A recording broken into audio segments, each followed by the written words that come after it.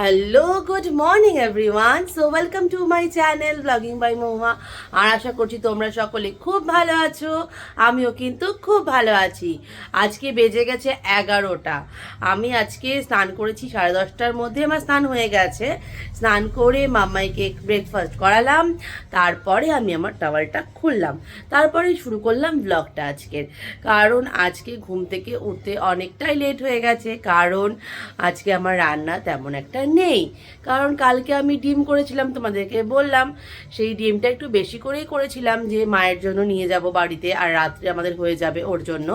কিন্তু মা বলেছিল যে ডিম আনিস না, আমি মাছ করেছি। তাই আমি ডিমটা তো আর নিয়ে যাইনি, তো সেই ডিমটা রয়ে গেছে। আর আজকে আমার চালও বাড়ন্ত, চাল আনবে অরি, তারপরে বসাবো ভাত। এর জন্য আজকে আমার কোনো রান্নাই হয়নি। আজকে ভাবছি, যেহেতু কালকে অরিত মাছ এনেছিল, একটু মাছের ঝুড়ো করব। দেখা যাক করে উঠতে পারি কি না।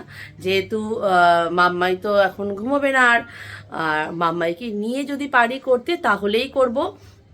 দেখা যাক করতে পারি কিনা। আজকে যেহেতু লেট করে উঠেছি, আমার কোনো কাজই হয়নি, ঘর গোছানো হয়নি, রান্না তো হয়নি, আর রান্না তাছাড়া নেই, শুধু ভাতটা করব। আর যদি মাছের ঝুড়োটা পারি তাহলে করব, দেখা যাক সেটা পারি কিনা। আর কাজও আমার কিছুই হয়নি। আর এই আমি আছি আমার অন্য একটা ঘরে। এই ঘরের অবস্থা তো এই দেখো, খালি জামা কাপড় ধোয়া হচ্ছে, আর এখানে টাল মারা হচ্ছে এনে। এগুলো আজকে সব ভাঁজ করব। যেমন বলা তেমন কাজ। যেহেতু দেখলাম মামা একটু খেলছে, আর একা একা টিভিও দেখছে, বেশি ডিস্টার্ব করছে না, তাই ভাবলাম আমি এই ফাঁকে ভাঁজগুলো করে নিই। অনেকগুলো কাপড় জমেছিল, দুদিন বাড়ি ছিলাম না। অরিত মেশিনে কাপড় কাচছিল, আর কাপড়গুলো ব্যালকনি থেকে এনে ওখানে টাল করছিল। এই করে করে অনেক কাপড় জমে গেছিলো। আর এই দেখো, মাম্মাইও আমাকে একটু হেল্প করে দিচ্ছে। আমি বললাম, মাম্মাই আমায় একটু হেল্প করে দাও, তাই ও আমায় একটু হেল্প করে দিচ্ছে। অনেক কাপড় জমে গেছিলো, এগুলো ভাঁজ করতে আমার অনেক সময় প্রায় 15 থেকে 20 মিনিট মতো সময় লাগলো এগুলো ভাঁজ করতে।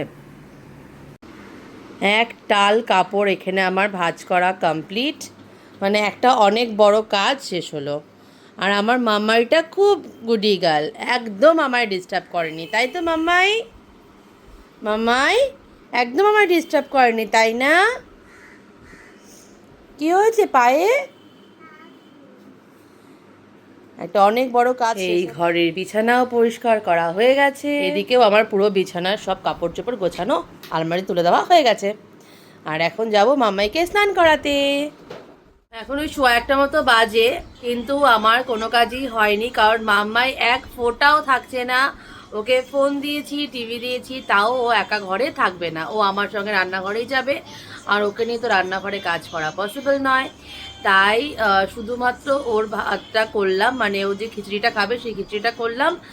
আর ফ্রিজ থেকে তো মাছ বের করেছিলাম, সেখান থেকে 3 পিস মাছ বের করে রাখলাম, আমাদের মাছ ভাজা হয়ে যাবে। আর আজকে সেই মাছ ঝুড়োটা আজকার করা হলো না আমার। ও যদি আধা ঘন্টাও যদি ঠিকঠাক বসতো, একা থাকতো, তাহলে আমি করে দিতে পারতাম। কিন্তু কোনো মতেই বসছে না, একা থাকবে না, আমাকে পাশে এসে বসে থাকতে হবে। জানি না কেন আজকে কেন এরকম করছে। অন্যদিন তাও একটু কাজ করতে দেয় আমাকে, আজকে কিছু করতে দিচ্ছে না। এখন আমি ঘরটা ঝাড় দেবো, ঘরটা এখনো ঝাড় দেওয়া হয়নি, ঘরটা এখন ঝাড় দেবো।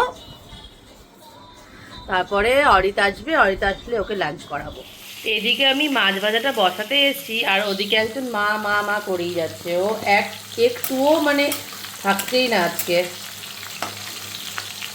ফটাফট মাছটা ভেজে নিয়ে ওকে আগে লাঞ্চটা করাবো। আর যেহেতু আমার এখনও ভাতও হয়নি, অরিতা আসবে তারপরে ভাত করব, তাই ভাবলাম আগে মাছটা ভেজে নিই, তারপরে ভাতটা করব। আমি এখন ব্যালকনিতে দাঁড়িয়ে আছি, বৃষ্টির একটু মজা নিচ্ছি। আজকে সকাল থেকেই ভাবছিলাম বোধহয় বৃষ্টি নামবে, ঠিক নেমে গেল বৃষ্টি। আর আমি এখন যাব বাড়িতে, কি করে যাব ওটাই ভাবছি এই বৃষ্টির মধ্যে। এই দেখো কি সুন্দর লাগছে। একটু আগে আরও জোরে হচ্ছিল, তখন আমি লাঞ্চ করছিলাম, ভিডিওটা নিতে পারিনি। লাঞ্চ করে উঠেই ভাবলাম ভিডিওটা আগে নেই। তো সুন্দর লাগছে বৃষ্টিটা। আমার মনে হচ্ছে ওই কোণা যেখানে হলুদ হলুদ হয়ে আছে আকাশটা, সেখানে মনে হয় বৃষ্টি হচ্ছে না। কোনোখানে বৃষ্টি, কোনোখানে বোধহয় বৃষ্টি হচ্ছে না।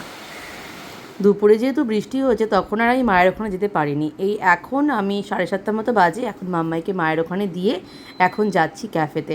আর এই বিধান মার্কেটের এই জায়গাটায় এত যে জ্যাম আর এত যে টোটোর ভিড়, কি বলবো। শিলিগুড়ি তো মনে হয় শিলিগুড়ি নিয়ে টোটোগুড়ি হয়ে গেছে, এরকম অবস্থা। আমি জাস্ট বাড়ি ফিরলাম, এখনও ফ্রেশ হতে পারিনি, যাবো এই ফ্রেশ হতে এখনই। আর আমি গিয়েছিলাম আমার দেওরের ওখানে, ছোট্ট একটা গেট টুগেদার ছিল। আর চলো তাহলে আজকে ছোট্ট একটা ব্লগ দিলাম তোমাদেরকে, কেমন লাগছে তোমরা অবশ্যই আমাকে জানিও। আর যদি কিছু ভালো লেগে থাকে সো লাইক কমেন্ট শেয়ার করতে কিন্তু কেউ ভুলো না।